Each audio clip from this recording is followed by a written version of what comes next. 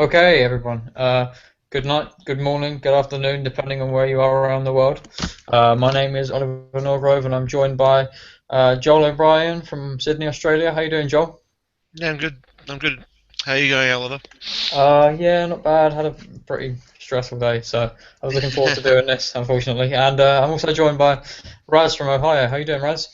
I'm good. How are you, Ollie? Well, you just answered that question. Never mind. Yeah, that's all good. Yeah, All right. I'm like you. I've been looking forward to this all week. I think last week went really well, all things considered, and now we know how to handle it better. So let's do this, as I Yeah. like to say. Okay.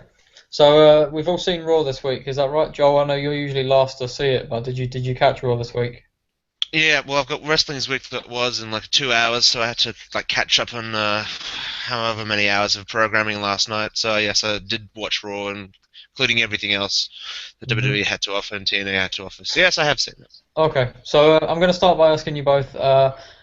Just for your overall thoughts on Raw grading, what you thought of the show overall. If I go to Raz, if I ask you first, Raz, what did you think of Raw?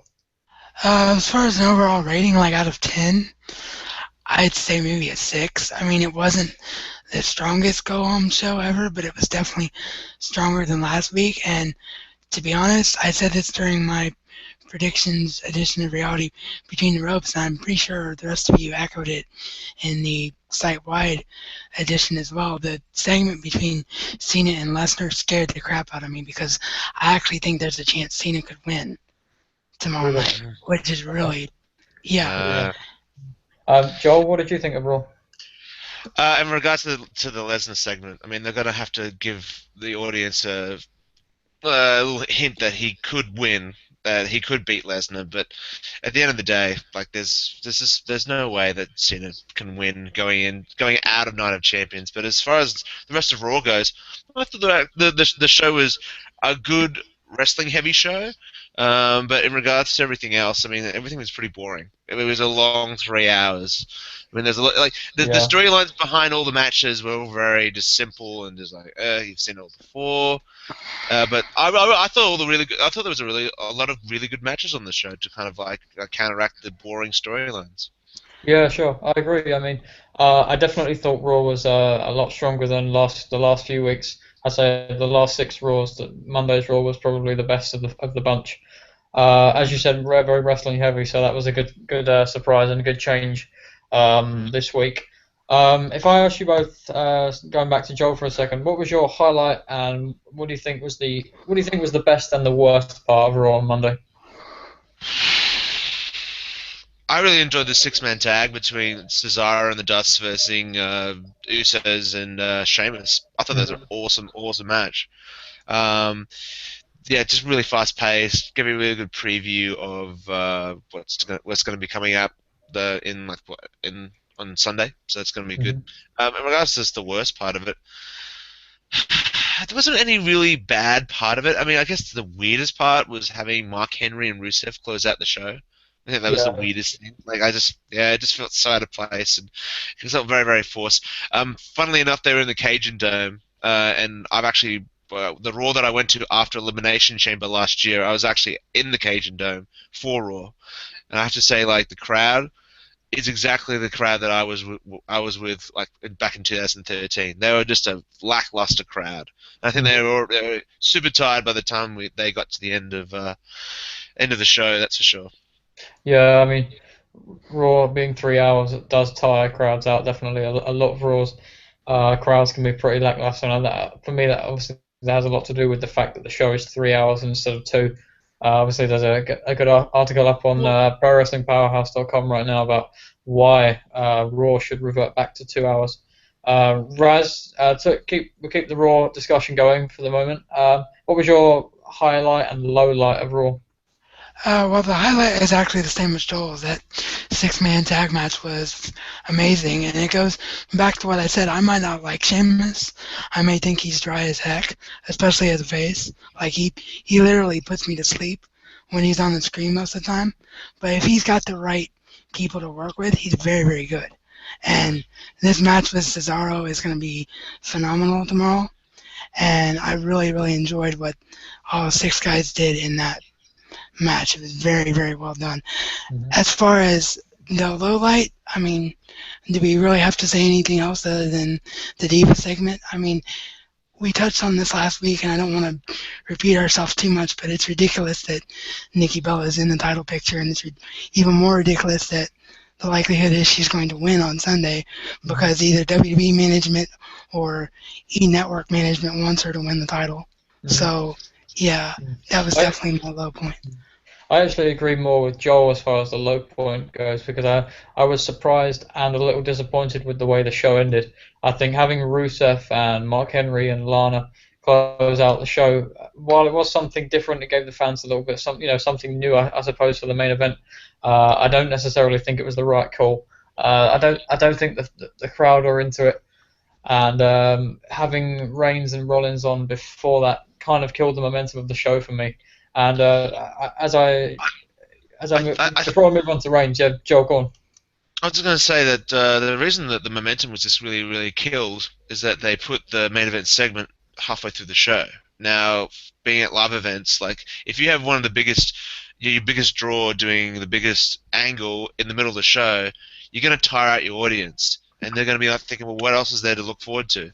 And unfortunately, Roman Reigns versus Seth Rollins, as good as that match was, it's not the draw that John Cena and Brock Lesnar is, and I just think that it was obvious that the audience is phased out by the end of the show.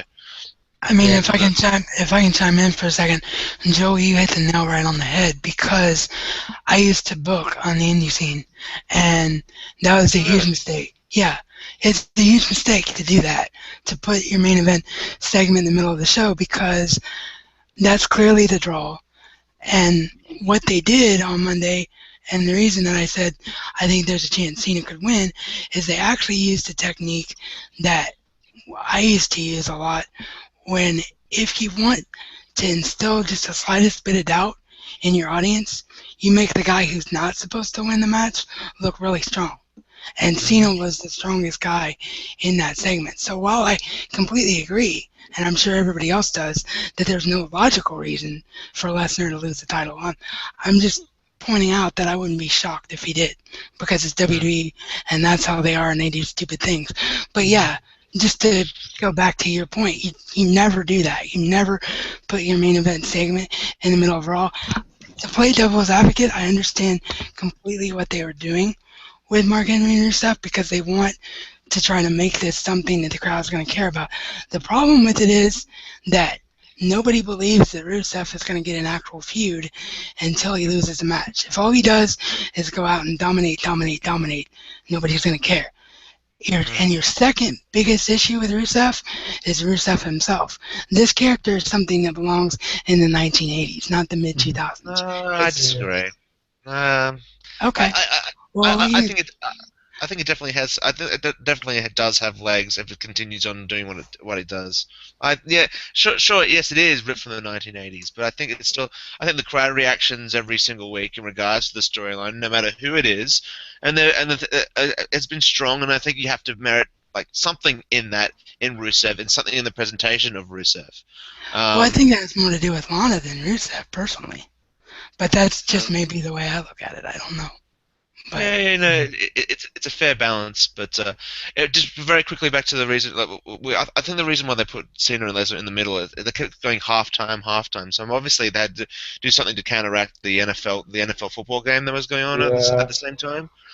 And if the roster had stronger stars that could carry the rest of the broadcasts, like say if we go back 5 years when we had like your Edge and Rey Mysterio and all these other big stars that were at the top of their game back then, like a Shawn Michaels, Triple H, when you had that roster full of those kind of stars, then this wouldn't be such a big deal. But unfortunately, we're still in a state of flux in regards to WWE. I agree. I think you're right. I definitely agree. I mean, Raw was due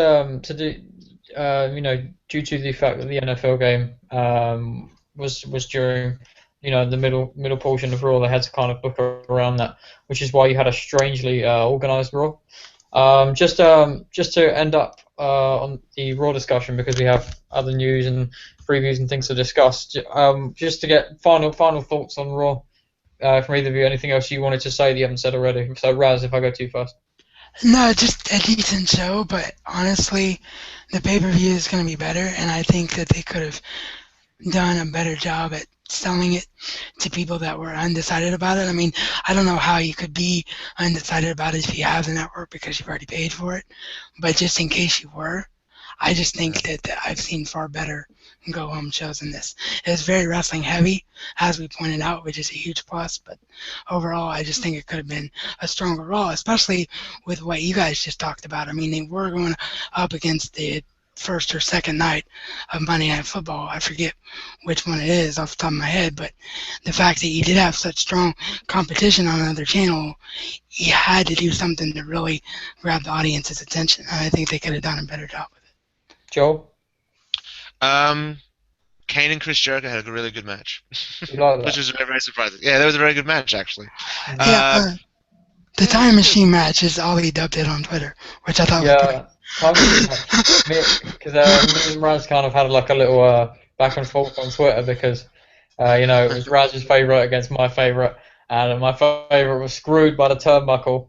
He didn't lose, the turnbuckle screwed him. So just to clear That that dastardly for heels, Raz. that heel, he shouldn't have used it. He should have just Nah, played fair. No, yeah. but yeah, I see what you mean. Obviously, we should obviously talk about Roman Reigns. The news came in about 2 hours ago that Reigns will be missing Night of Champions and due to a hernia, he's in hospital now for surgery. Joel, big loss for Night of Champions. Yeah, absolutely. I mean, like I just very quickly went to breaking news audio on Wrestling Observer and listened to Meltzer's claim on what's going on. Apparently he was at a media day and he got carried out. He couldn't. He had to be stretchered out. He was in such pain. Now that apparently he's had surgery, it was successful, and apparently he's going to be out for at least 3 months. Mm-hmm. Raz, That's what do you three. think? What do you think about Uh, the omission from the card? Well, the mission from the card is obviously huge because they invested a lot in Roman Reigns and in this feud. But talent-wise, he just wasn't there yet. We've all driven the nail home in various columns and on Twitter and Facebook and everywhere Team PWP is.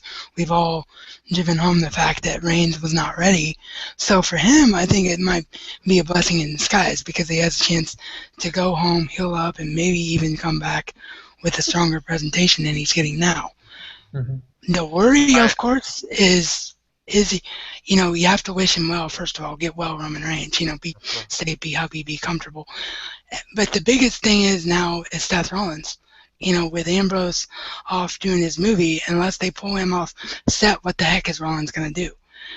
A friend of mine, the PW Outsider, who may be watching the program, hi buddy, if you are, he said to me that he has a fear that they're going to pull the trigger on Money in the Bank too soon. And at first I thought he was crazy, but now it's like, what else could you do with Mm-hmm. Rollins if you don't do that? So I'm a little worried about that, and Joel, that's did what jumps out at me. you have anything you wanted to add, Joel? Sorry. yeah, I was just saying, what do you mean by what pulling the trigger on Money in the Bank? What and Well, putting the title on pulling the trigger on Money in the Bank in the sense that you have Rollins try to cash in on Lesnar and let Rollins Hold? be champion to continue making Rollins relevant. Because otherwise, how does it make sense for him to be involved with new guys as much as it Yeah. changes the plans a lot with what they were trying to do. Like they wanted Rollins to finish out the feud with the Shield, make all three members of the Shield look stronger, but now you have to sort of justify Rollins in this main event spot that he's been groomed for, and there may not be another way to do that other than putting a title on him. Mm, And it's a problem because when you look at him versus Brock Lesnar, is he really believable as a guy that can beat Brock Lesnar straight up? No. What's probably going to have to happen is Cena or whoever Lesnar faces next is going to have to leave Lesnar in such bad shape that Rollins can cash in Mm-hmm. and say, you were a good plan C, but now it's time to go to plan B, to quote the authority kind of a deal. Joel, what are you expecting WWE to do with Rollins at Night of Champions? I'm not sure. I mean, I've heard that Ambrose is coming back on Monday night. to television. So I don't know if they rush him back on Sunday. Him being it makes logical sense that the surprise opponent would be Dean Ambrose. I mean, that would be the most logical thing to do in a short term kind of situation, and then build towards Hell in a Cell, which I've Hmm. been saying for ages that they should do. I mean, I don't know if time off the road is the best thing for Roman Reigns right now, especially we're running out of time before apparently he's going to be groomed to wrestle Lesnar at Mania, and if that's still the main event, we're running out of time to get Reigns ready for that event.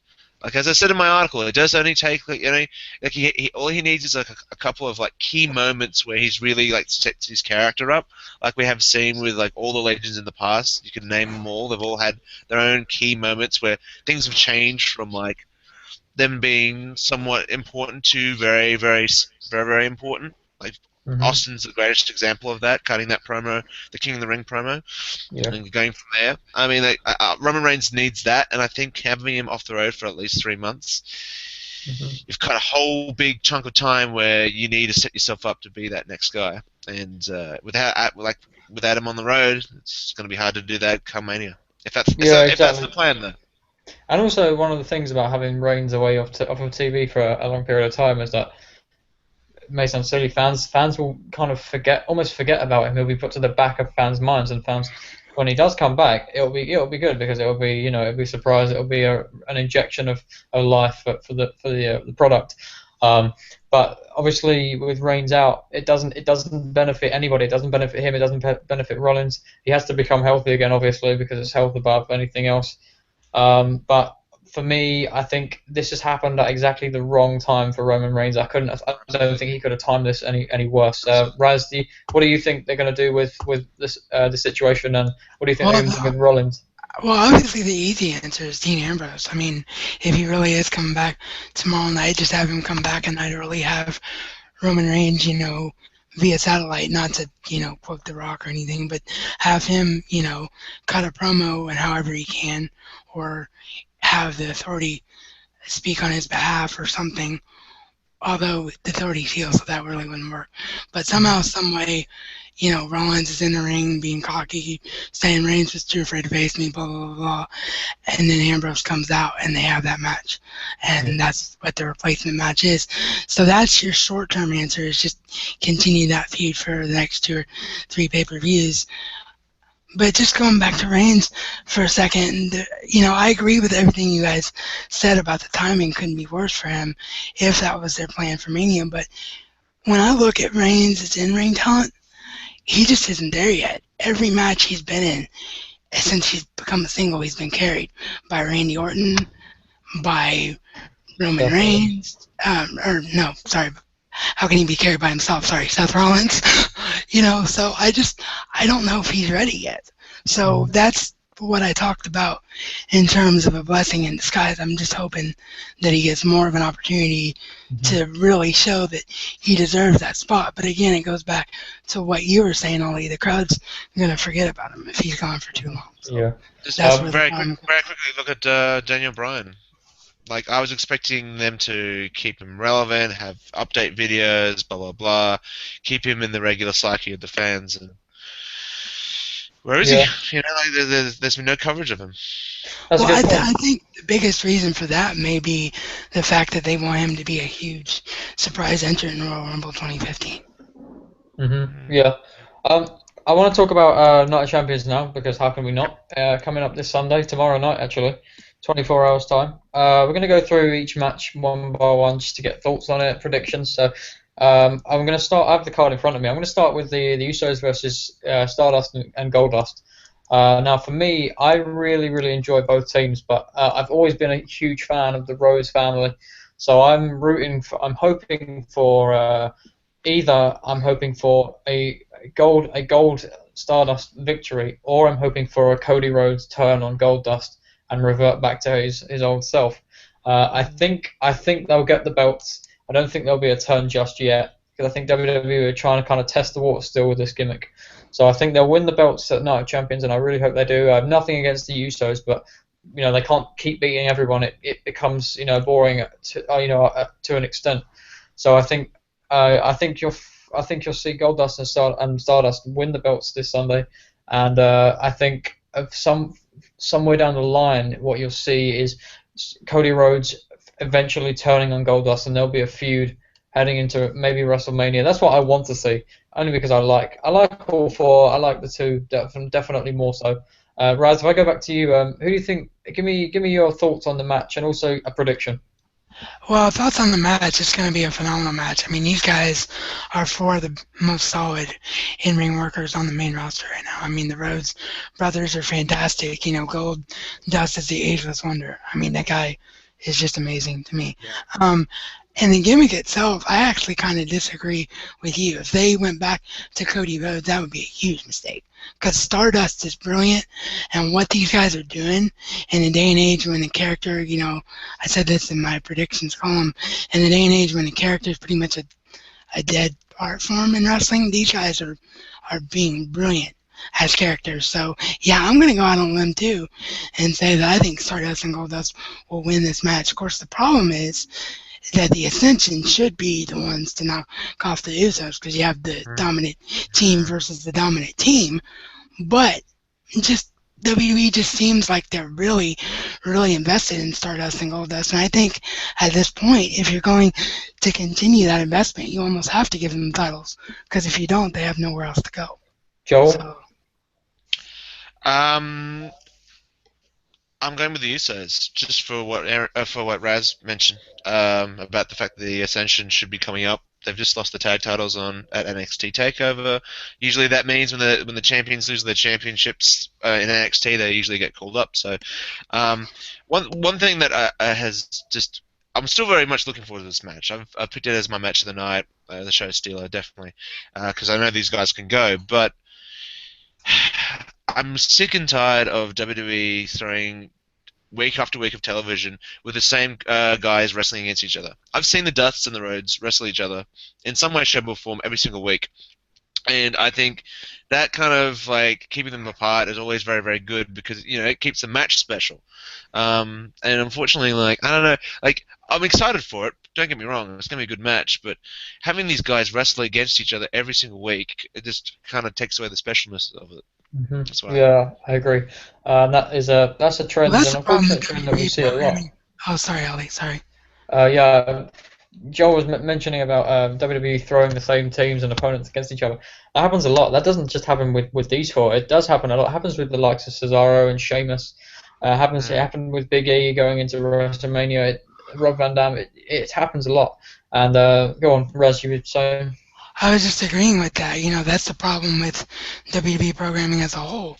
It's just that's the way that they have to build feud now. They have to keep guys in constant contact with each other because they have a pay-per-view every month or an event, as they call it now, because, you have the network subscription for most of the world, so you have every pay-per-view automatically with a monthly fee.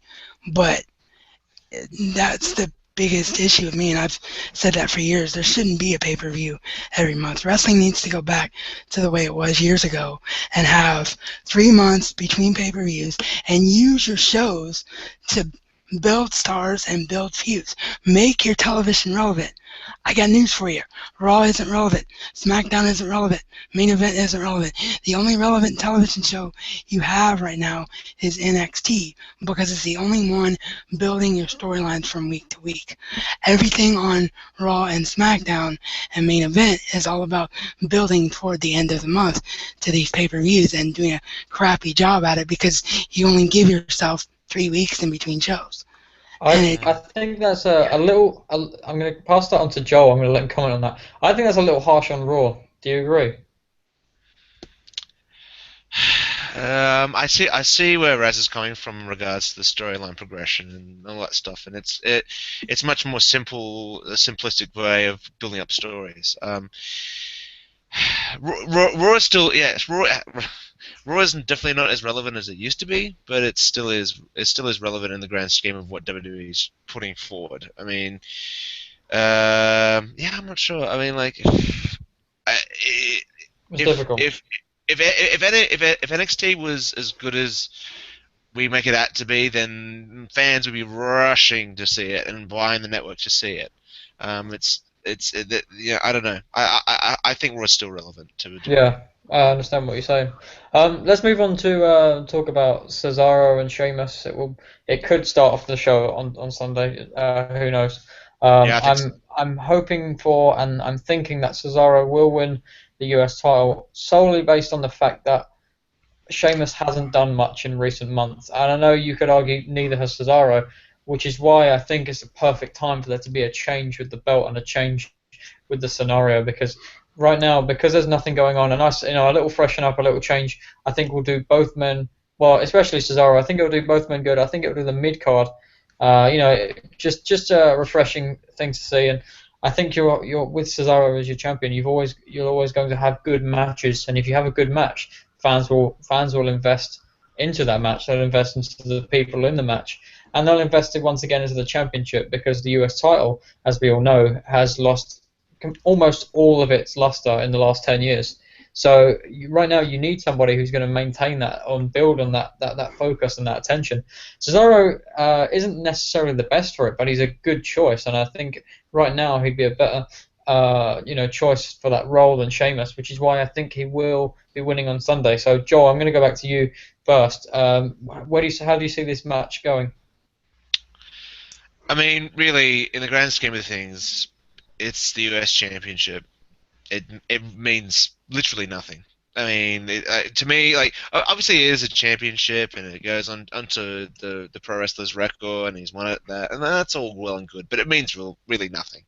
Um, but regardless, like this match should be fantastic. I mean, was it Payback that these guys wrestled when Heyman Yeah, was with exactly that. Cesaro? Yep, that was an awesome match. Yeah, Um, and I got the privilege of watching them when they came down. Where Cesaro and Sheamus wrestled when they came here in Sydney about 2 months ago, and that match was just like yeah. Yeah, of course, as you guys know, like, Ollie, I don't know if they do house shows when they come over here to the UK that you've been to, yeah. but like, it's always great to see good combinations of wrestlers go to do house shows because there's no time. Well, they've got time limit, but it's just like they try new things, and I saw a few things I haven't seen on television yet, and I think we're going to see something very special Mhm. come Sunday between Cesaro and Sheamus. Raz, your prediction and thoughts of the match? Well, thoughts on the match are just everything you guys already said. Two of the best workers WWE has. Like I said, I don't particularly like Sheamus as a character, but he's a great worker when he's got the right guy to work with. And these guys have like a whole Shawn Michaels, Bret Hart, Rock, Steve Austin thing going on. Every time you throw Sheamus and Cesaro together, it's just magic. They just have magic in the ring together. And so the match itself will be amazing. And Ollie said everything. I mean, you've got to pull the trigger on Cesaro now because if you don't, he's going to become irrelevant and he's too dang good a talent to go to waste. I know Aaron, if he was able to be here tonight, would completely disagree because of that article that he just put up recently. But Cesaro is too strong a talent to sit there and waste in obscurity. And the thing is, you put the title on him right now, what's it do? It sets up the perfect potential feud with Ziggler, finally unifying the titles and making the Intercontinental title what it used to be, which is your uncrowned future main event star. Yeah, I like that idea, especially because let's be honest, the three of us and almost every wrestling fan, we want to see a series, a feud, and long matches between Ziggler and Cesaro now, don't we? I mean, Joel, Yes. that's got to be something you'd want to see. Absolutely. I mean, like every Ziggler Cesaro match, they've had at least two or three on main event have been stellar. And of course, we all know that like on main event, they usually give them much more time to produce like good matches. And yeah, absolutely. Yeah. But like, it's a subject that's been beaten to death month after month after month. They need to unify these two championships. It needs to be Mhm. under one banner, one championship. Choose what it is. They did it. Hell, they did it in 2001 again with William Regal and Edge back in the Invasion, unifying the championships and having one title. Yeah. Now that the brand split's done and they're not doing it anymore, they need to do it again. Mhm. Are they really making so much money off of selling two championships that they've got to keep them separate? Like, you know what I Yeah. mean? Like, that's the only logical Yeah. reason that I think they could do it. But yes, they should definitely do it. And Ziggler and Cesaro would be great. One Mhm. thing, just very quickly about Cesaro though, I read Aaron's article and I can see partly where he's coming from. I believe Cesaro is an incredible pro wrestling talent. The charisma now on his own, it's not there. I mean, like, and as long as WWE continues to strip their promos and give terrible, shitty dialogue to these guys who struggle with promos as it is and scripts as it is, he's only going to get so far. As good as he can be, like he's going to be a great mechanic, but that's why the Heyman situation I thought was just mind-boggling the way they treated Cesaro. Like they didn't have him win. They had him fluctuate and do even Steven booking where he won one, lost one, won one, lost one. All the while Heyman's in the corner beckoning all about Brock Lesnar, like he should. But like that was the perfect setup for him. I don't understand what they did. Yeah.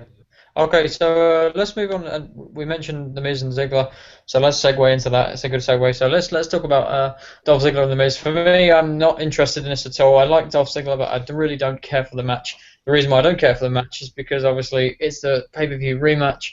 We see enough of this, WWE putting the same people together. I don't like The Miz at all. To me, he's nothing, and he's not long for WWE in my opinion. I said from the start his return would amount to nothing, and so far it hasn't really. A little bit. It's been okay, but not the worst. It's not the worst thing on TV. So Dolph Ziggler and The Miz, I can't see anything other than a Ziggler retaining. So Raz, what do you think? You said everything I would have said, and everything I already said in my predictions column. Miz just needs to go away. His ring skills, to me, somehow have seemed to gotten worse over time. Don't get me wrong, I kind of admire the fact that he cares so much about himself as a performer that he's trying to reinvent himself, but this Hollywood star wannabe gimmick has been done by so many people better than him, aka The Rock. So, it's completely pointless. And Ziggler's just the right guy at the right time. The fans have been wanting to be behind him for years. He's just now recovered from the concussion that he suffered fully when he was World Heavyweight Champion. So, just continue Ziggler's momentum. And that's the bottom line on that one. Joel? I love the Miz, and I love Damien Mizdow with him. I think it's hilarious. I think the only thing I absolutely just hated was the fact that they I like the whole they're doing the same, like Damien Mizdow, and they're all doing the same kind of like mannerisms. I thought that was funny. Maybe it was the fact that I watched like 8 hours of programming in a row, but I was absolutely sick of and tired of like Ziggler and all them doing the same kind of like imitation gimmick. It's just the storyline has just gone just over the top ridiculous now, to the point where the characters are like completely mixed. I don't even know who. Why is Ziggler like imitating like Miz? It's just a very wacky feud by the end of this. Like yeah, go. Also, just touching on what you said, there hasn't really been an explanation as to why Sandow's doing this, has there? No. But have they explained anything about Sandow in months? No. But to be fair, he's doing a good job with what he's been given. I mean, they're playing the different characters and dressing up as random people. We've seen a bunch of guys do it, but Sandow, sorry, I have Cesaro on the brain because of the previous conversation. But Sandow may be the best guy I've ever seen do it. He is the best. He's like next to Heath Slater. He's like easily one of the best comedy characters they've had in a while. Actually, he shits all over Heath Slater. What am I saying? He does. Sandow, that's fantastic. Yeah. So Sandow, all power to him for making gold out of a molehill, but the whole thing is just it's like Joel was saying. It makes no sense. It's just irrelevant. It's forcing Dolph Ziggler to do things he shouldn't be doing. And why is R-Truth still under contract? That's a whole other thing that comes up out of this. Like, what has he done? How is he like 46 or 48 or something? Isn't he like exactly, right? Yeah. Like, give the time on the main roster to somebody else and get rid of R-Truth. He was good. He was entertaining. I mean, a few years ago, he had a good heel run. That was what I thought. Are you kidding me? Yeah. Are you kidding me? That was a painful. What was the little Jimmy gimmick when he was heel? Not the little Jimmy. The conspiracy stuff. Oh, come on. Yeah, I that was okay. It wasn't I liked it. But I see what you mean about R-Truth. Let's talk about Mark Henry and Rusev, because obviously they main evented Raw as we were saying, and And they made a better SmackDown as well. oh, did they main event both? I don't watch SmackDown. They Yep. did, yes. That's cool. Okay, so Mark Henry and Rusev. There's only one American here. As an American, do you care about this storyline? Well, I think here's the thing. I understand completely what they were doing because they tried to do it with Swagger and they dropped the ball with it. They're trying to make this the old school, like Hulk Hogan versus Sergeant Slaughter, Hogan versus Sheik, That's why I said the 1980s. Because the way they're booking Rusev and what they're doing with this character, they're trying to make it as simple as you can get. You hate this guy because he's from a country that you're supposed to dislike. You hate his manager because she's downing your country and all of that. But that's the problem with it. It's too dang simple and it's not relatable. It's just like you were saying on Twitter, on Raw, on Monday Night LA. It's not relatable to those of you that are in other countries because there's nothing that it's making England and Australia and everywhere else in the world irrelevant. America and Russia aren't the only countries that care about wrestling. So Exactly. do I care about it? I care about it in the sense that I think Mark Henry's a better choice than Jack Swagger, but it goes back to what I said on my predictions column. If Mark Henry doesn't win this match or win an eventual match against Rusev, and Rusev gets a quote-unquote real feud, because a feud, for casual wrestling fans that don't know, in my mind, and I'm sure you guys will agree, is usually defined by a guy that wrestles a guy for 2 or 3 months and they go back and forth. It's not just one guy dominating the whole time for 3 months. And Rusev hasn't had that yet.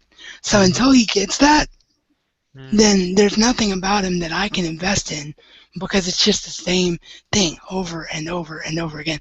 So yeah, I think this is going to be the sleeper match of the night in terms of like it should be the quickest. It's the one the crowd should be least invested in, and WWE just needs to do something different, which is what I think they're trying to do with Mark Henry. I don't know if it's going to work because Yeah, I mean, I don't think it's relatable enough. for me, as You a know? non-American, and I don't know if Joel will agree here, I don't necessarily feel neglected. It's not something I can't possibly get into. It's just the fact that this whole storyline, for good reason, has been recycled many times. It's worked many times. However, I just don't see. I don't think Rusev is the right person. I don't think Rusev is interesting at the moment for exactly the reason Raz said. He's doing the same thing over and over again. And once he gets a real feud and a real storyline where you think there's actually something beyond just winning, then is the time that you can get behind him. Now, Joel, like me, obviously you're not American, so you're not going to be on paper as into it, but are you? I think this feud has elements of what Big E and Swagger was lacking, and that's a ton of charisma in the babyface. Except for this week on Raw where Henry, I don't know if you guys saw that last segment. It seemed like he just lost his way, and he was just like kind of mumbling through his dialogue, or he just like Yeah, he did seem kind of overwhelmed, which is yeah, he really did. surprising for a guy that's been there that long. Hmm. Absolutely, especially when it comes to Henry. But up to that point, I think the charisma factor in Henry has been really, really, really great. Am I interested in this as much as I was when Swagger started? I guess not. No, but like if you, I guess the best way to compare to see how well this feud's going is like you look at Henry and look at how prevalent he is now compared to how prevalent he was before. Is it different or not? I think this match just needs to be short. It's short but sweet because at the end of the day, Okay. it's gonna be Rusev versus Mark Henry, and I do like Rusev. I think Rusev's got a lot great intensity. He looks great. He he moves pretty goddamn well, and he sells what he's selling has been incredible as of late, especially in that SummerSlam match against Swagger. He's got a lot of potential. He's got a lot of upside. So in regards to the match, yeah, Hmm. keep it short. Raz, what do you think WWE should do with Rusev? Honestly, I think he needs to be future endeavored. Like I like the guy has the talent. I mean, he's a decent big man worker, but he just I don't know. There's just something about him that just screams like there's nothing they can do with me that's going to make the crowd care about me unless they can find a way to have him lose to somebody and then turn him face. Like just out of nowhere, he just comes out and just beats up all the heels, and Lana and her beautifulness can, dress a little bit more appealing to the males. That would be the only thing I could see happening as a possible face run for Rusev and allowing Lana to, do something different in her promos. But if this is what they're going to continue with him, and this is all he's going to be, then I'm just tired of seeing him, and that's my problem. His gimmick is a one-trick pony kind of thing. Like eventually he's gonna have to. It's gonna get to a point where fans are just gonna be like sick of the same thing, obviously. So like the logical thing to do with Rusev for the time being is build towards a big American match at WrestleMania, and I think if done right, with Lana doing the speaking and being like her usual self, put him up against can we see Rusev versus like John Cena or something like that? Because everyone's been saying that for like. We can because it's the way WWE thinks, but should it happen? No, because not even John Cena can carry Rusev, in my opinion. I don't think he's as bad as Raz makes him out to be. I honestly don't. This is just my opinion, and that's what this is all about. I'm not trying to dog anybody by any. Oh no, not at all. I'm just saying that. Yeah, I don't think he's as bad as you make him out to me. That's what I think. I think he's got a couple of decent years maximum in him, and then I think he's going. I don't think he's here long term. I don't think fans will be interested in him long enough. I agree. I don't think he's as bad. I don't think he's great. He won't be a world champion, definitely not. So that's as far as it goes really with Rusev. Continuing with Night of Champions, we move on to, we touched on it earlier, we touched on the Bella segments, the Diva segments, I'm sorry. We have a triple threat match at Night of Champions for the Divas Championship, which by the way should be called the Women's Championship. It's kind of, it sounds a little bit degrading. Absolutely. And we have Paige, we have Nikki Bella, and we have AJ Lee. We don't have Brie Bella though, which I find strange. So just, if I go back to Raz, why is that? Why do we not have Brie Bella in the match, and how do you see the match panning out? Honestly, I have no idea why you don't have Brie Bella in the match, because the only reason that AJ Lee and Paige are in the middle of this feud and not in their own feud where they belong is because the Bella sisters were supposed to be WWE's big secondary divas storyline. And yeah, it makes me sick to call them divas too, but that's a whole other subject for a time when we don't have a pay-per-view to talk about. But yeah, I mean, this was supposed to be the strongest secondary storyline, and the Bellas just aren't ready to be singles performers, and WWE saw it, so they're like, we have to take our two strongest workers on the main roster, put them in the middle of this feud to try and make it relevant and try to make it work. So that's what they did. So as far as the match itself, I don't see it going any other way than Nikki Bella, unfortunately, winning the title, because I think this is what management somewhere wants, either WWE management or E-Network management or both. They want one of the Bella twins to carry the title because of the cross-promotion with Total Divas. The only reason that Paige would keep the title would be if Brie comes out and costs Nikki the match, but that would lead to a one-on-one match between the two, and like we've talked about, they're not ready, and it wouldn't be a better solution, because if it was a better solution, they would already be doing a one-on-one match between the two. So yeah, Paige deserves way better. Paige should not get the legs cut out from under her. She's one of the best things WWE has had in years, and I don't want to see her lose the title, but those are just facts to me. I just think that she's going to get the short end of the stick on this one. I actually think Paige is a little bit overrated, and that's coming from somebody from her country. Yeah. I find her to be okay. She's okay on television. I don't mind her. I don't have a problem with her being there. I don't have a problem with her as the champion either. I just think this whole people raving about her, I don't understand it. She's okay. She's generally pretty good. She's not great. She's not bad at anything. I think people slightly overrate and overestimate what she's doing and what she And can do. did you see And any of her? Well, I'm sure you did, being from England. Did you see any of her work before she got signed to NXT? No, not for NXT. No, I didn't. But I mean that that's irrelevant. That's irrelevant. What she's doing now is what I'm commenting on, and what she's doing now is what she's doing now. You know, and it's all good. You know, it's all well and good having a good past, but if it's not working now, then that's the issue. And I think I'm not, I don't understand why we have no Brie Bella in the match. She'll obviously factor in somewhere. Although Raz, I do agree with you on one thing. You hit the nail on the head when you were talking about the E Network. And there's definitely some kind of hierarchy, definitely people who want to strap on somebody who's carrying Total Divas. And I think that will play into the match. So I actually think Paige is going to win, but I think Nikki will capture it at the next pay-per-view. Joel, what do you think? I can give you a definite, reasonable, logical reason for why Brie Bella's not in the match. Why would Stephanie McMahon assign Brie Bella into this Divas Championship match? Why? There's no reason. There's no discernible reason. because Nikki gets so frustrated that she says, "I want Brie in the match because I'm sick of Brie getting in my way and I'm sick of Brie, stealing my spotlight. Put her in the match so I can put her in her place." Oh, Or yeah, that's too much of a babyface mentality, though, isn't it? The kind of like I wanted to shut. Seth, Seth Rollins did it with Dean Ambrose, and look how well that worked. True. You know, I just think the whole idea is like Nikki Bella wants a spotlight on her and doesn't want to share a match with Brie Bella.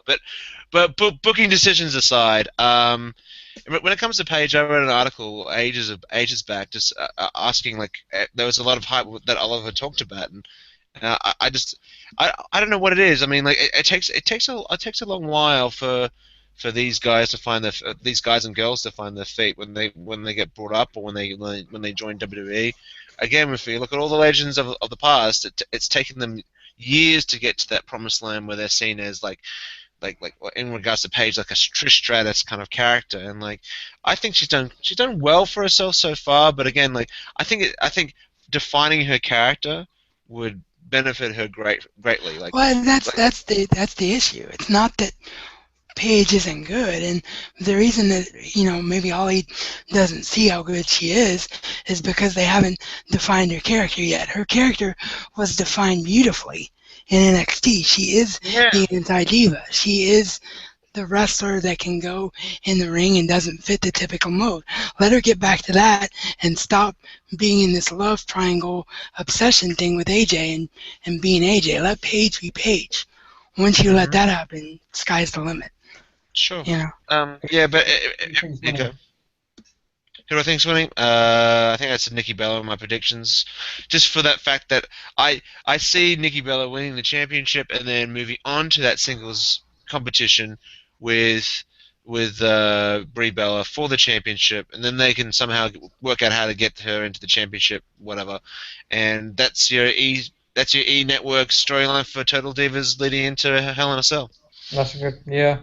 So let's talk about the match that was most recently assigned to the card, and I know I criticised the quick and almost non-existent build behind it, and that is Chris Jericho versus Randy Orton.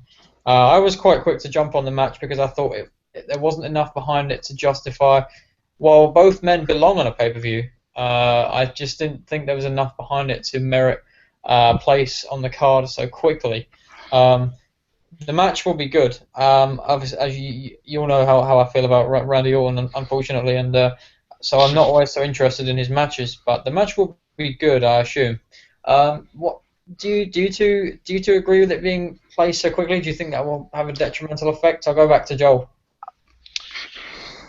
Um, of course, I would have loved a 3-4 week build for Randy Orton versus Chris Jericho.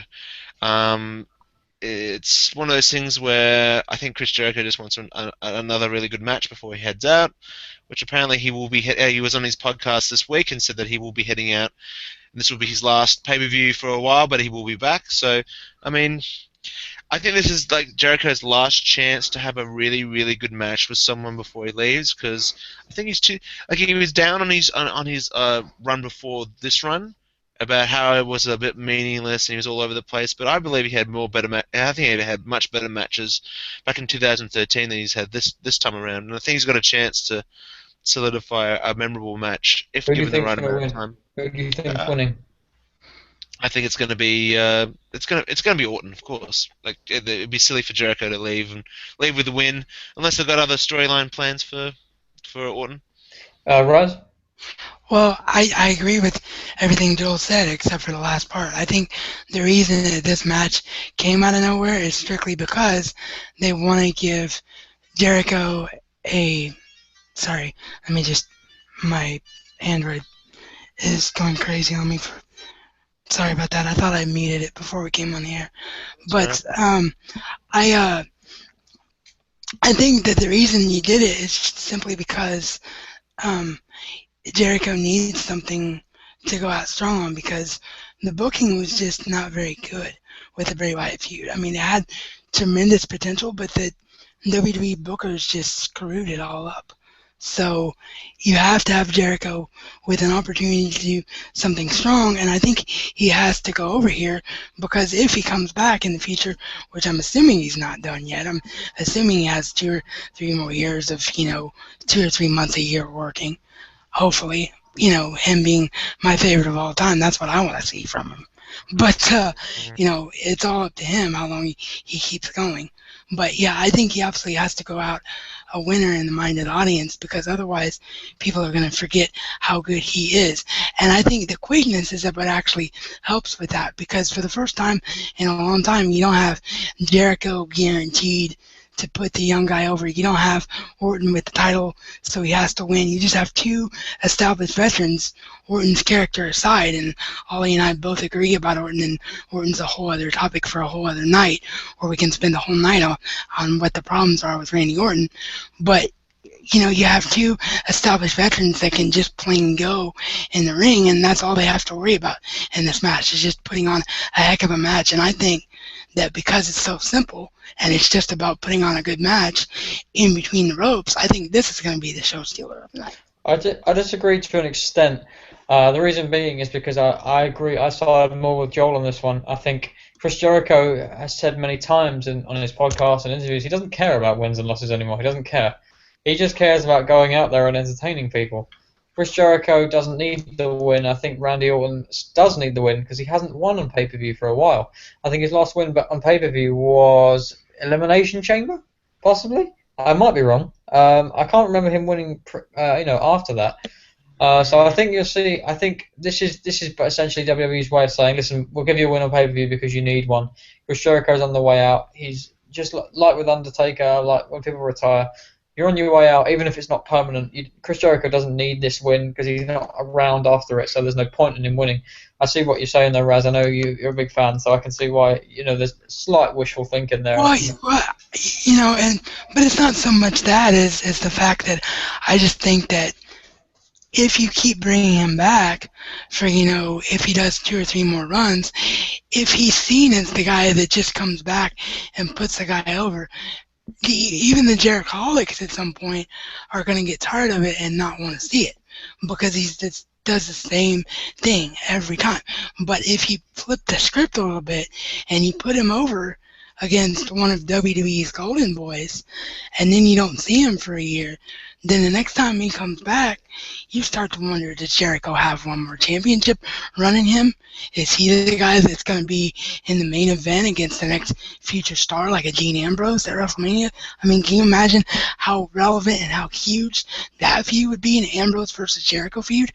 But the only way you can do that is if you have Jericho look strong enough to belong in that feud. And so it's all about what they want to do with Jericho in the future, not necessarily what Jericho or Orton needs, because to me, Orton is just still going to be Orton whether he wins or loses. Mm-hmm. Anything else to add before I move on, Joel? Yeah. No, I think it's going to be a good match between two established veterans. So yeah, that should be definitely a highlight. Yeah. Obviously, just to summarise Night of Champions, we have one match left to cover, and that is obviously the main event: Brock Lesnar versus John Cena for the championship. Okay, I'll go to Joel first because Raz's phone's going mental. Joel, I got it. Russ said earlier about the segment on Raw scaring him into thinking that Cena can potentially win. I don't think Cena can win this because I just think giving Lesnar a 1 month title championship reign isn't enough. I just don't think it would mean much. I think for Lesnar to be sort of put on that pedestal and to be given kind of that level of immortality, he needs that long run. He needs the destructive run that he may be given. And I just don't see Cena ending it soon. I don't think it needs to end soon. Why does Cena need the strap back on his waist or shoulders, or around his neck? The idiot. I don't. Why does he need the belt back? And do you think he will get it back? Absolutely not. And I've been voicing for a long, long time that they should do exactly what they did at SummerSlam and have Lesnar absolutely destroy him. Because Mhm. John Cena's never ever going to turn heel. I'm going to say it right now. I don't think John Cena's going to be like Ricky the Dragon Steamboat. He's never going to turn heel. He's going to be that one. He's going to be that one good, wholesome character for the rest of his career. And one thing that's just pissed me off about the lead up to this is that they keep dabbling in the whole like, oh, is Cena going to turn heel and all that stuff, and I think it's a done to death storyline. But if you have Cena go in there, defiant but gets destroyed again, I think there's room for some really great, interesting storytelling going into John Cena, Yeah. because that's what John Cena needs. He needs a new, fresh perspective to take. Like I kind of similar. I kind of compared it to like AJ Styles and TNA. Maybe not as dark. Was like, do you guys know what I'm talking about? Oh yeah, And I'm a huge AJ Styles mark. Holly and I disagree on that, but I love AJ. yeah, but do you remember when he turned against the company and went all a Of bit course, yeah. dark? And yeah, of course. And I mean, I thought I that can was one of his strongest runs. Absolutely, and that's what led him to the championship, and that's what led him to losing it and going to New Japan, and now he's like one of the biggest stars in New Japan. In regards to John Cena, I think that's what he needs. He needs a little bit more of a darker tinge to his character. He can still be a babyface. He can still be good, but I think he just needs to go through a bit of a dark period in his career, and I think a dominating win by Lesnar could set him up for that. Just before I pass over to Raz, because I know what you're gonna say. We had a little preview of it earlier. The segment on Raw that made Cena look strong, for me, that was just a ploy to make Cena look somewhat strong or somewhat worthy heading into Night of Champions, because obviously we all know that he was destroyed at SummerSlam worse than probably any pay-per-view main event we've had in years. So I think WWE tried to almost turn that on its head a little bit and have that brawl and have Cena look strong. You looked at that and thought that Cena could be winning, but I looked at that and thought, no, that's just WWE trying to make Cena look strong heading into the event tomorrow night. Do you still agree? Well, here's the thing. What you said is what it should be. It should be WWE looking, trying to make us think, okay, Cena's going to be strong. This is going to be a different match. That's all it should be. But the reason I said what I said is speaking from experience as a booker. John Cena, whether we like it or not, and I talked about this in a column that I wrote, Reality Between the Ropes column, called Are Your Complaints About Wrestling Valid? And I talked about whether anybody likes it or not, it's not what we want in regards to John Cena being on top. It's what Vince McMahon wants. Vince McMahon has, not to be graphic or anything, but I can't think of a better way to put it. Vince McMahon has a hard-on for John Cena. I mean, that's it. Vince McMahon always wants John Cena on top. So that is what bothers me, and that's what makes me think that maybe John Cena's going to win here, because Vince doesn't know what he's got long term out of Lesnar. He doesn't know if Lesnar's going to, be around after WrestleMania. Maybe he thinks he can have a match with Lesnar without the title, as well as the one he had with Undertaker. So I'm thinking like Vince might think. That being said, I hope Vince is as far away from booking this pay-per-view as possible. Because if Triple H and Stephanie are booking this pay-per-view and what's best for business, no pun intended, but the line fits here, happens, then Lesnar will retain the title, because there's never been a period in time, and rightfully so, where one guy has looked as strong and as credible and as unbeatable as Brock Lesnar has been. And there's no way, logically, that you should kill that. So Lesnar should win the match. I'm just not going to be surprised if it goes the other way because it's Vince McMahon and it's WWE and they do dumb things all the time. But Um, I'm in complete agreement that Lesnar should win the match. Joel, with regards to Brock Lesnar and his reign, how long do you see it continuing? At least until WrestleMania. I I think I think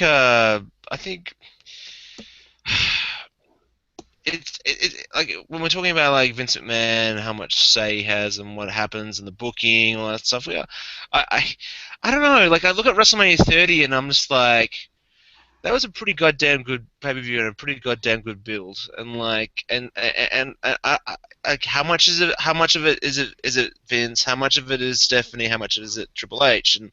And like I don't know if we can completely shoot down Vince McMahon's philosophy on a few things. Like, yeah, it's kind of hard to say who's really at fault. But in regards to John Cena, I mean, like, John Cena's the safe bet because there's no one like John Cena. There's no one even close to John Cena's level in the company. I mean, if we go back 10 years, there was several guys, at least 5 guys that are at the level of John Cena. Maybe, but close. I'm talking like Shawn Michaels, Triple H, all these other people. Now they've only got John Cena. That's it. There's no one else. You know, I totally understand where Raz is coming from in regards to like, well, you know, we just put the championship on Cena because he's the safe bet, but I don't see Lesnar going anywhere else. He'd be stupid to go anywhere else. Right now, he's on the hottest run of his career thus far. Yeah, no, absolutely. Yeah, Lesnar will retain and head into WrestleMania as champion with Paul Heyman by his side. Like that's I see what you mean. I agree. Just to close out Night of Champions tomorrow night. I want to get some final thoughts from you two. Anything else you want to see? Just anything we haven't really discussed. Any other comments that we got lost in conversation that you wanted to throw in? So Raz, is there anything else you wanted to add? Yeah, just on paper, a much stronger card than SummerSlam, and you know, as far as in-ring matches and what we're gonna see, I'm really looking forward to Night of Champions. I just don't know if there was enough build to get the quote-unquote ratings from this pay-per-view that they should have, because I think it's going to be a really strong pay-per-view, all things considered. Joel? I think, listen, right now it's a B grade pay-per-view.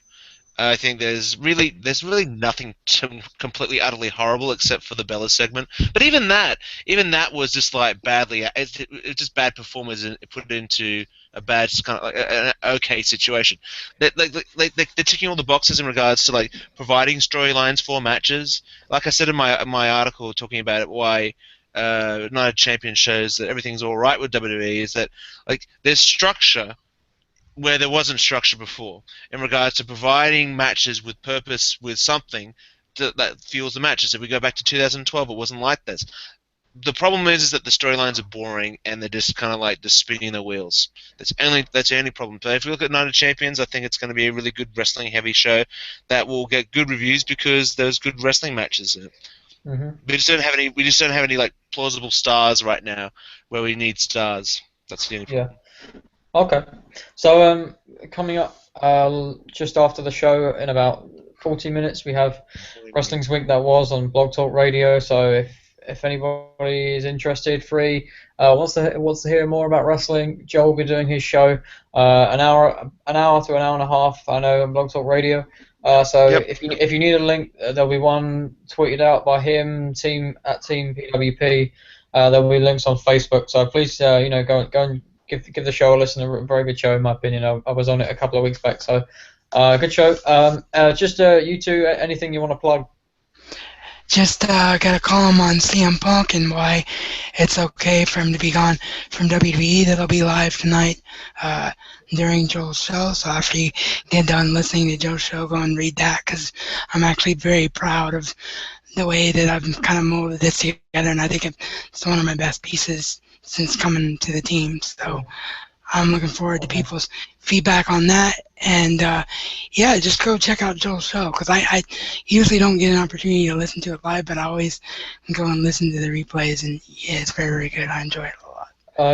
And Razman's Reality on Twitter if you want to follow me solo, because I also write for Smart Out Moment as well. Mhm. So just with regards to Twitter and Facebook, make sure you head over to Facebook, like the Pro Wrestling Powerhouse Facebook page. Visit prowrestlingpowerhouse.com. Follow at Razman's Reality. Follow at Wrestling R Break. Follow at Oliver Norgrove, and follow at team_PWP for Pro Wrestling Powerhouse opinions, updates, live tweeting, etc., etc. So, just lastly, Joel, Raz, thank you both for coming on. Thank you. Thanks for having us, and thanks everybody for watching. Take care.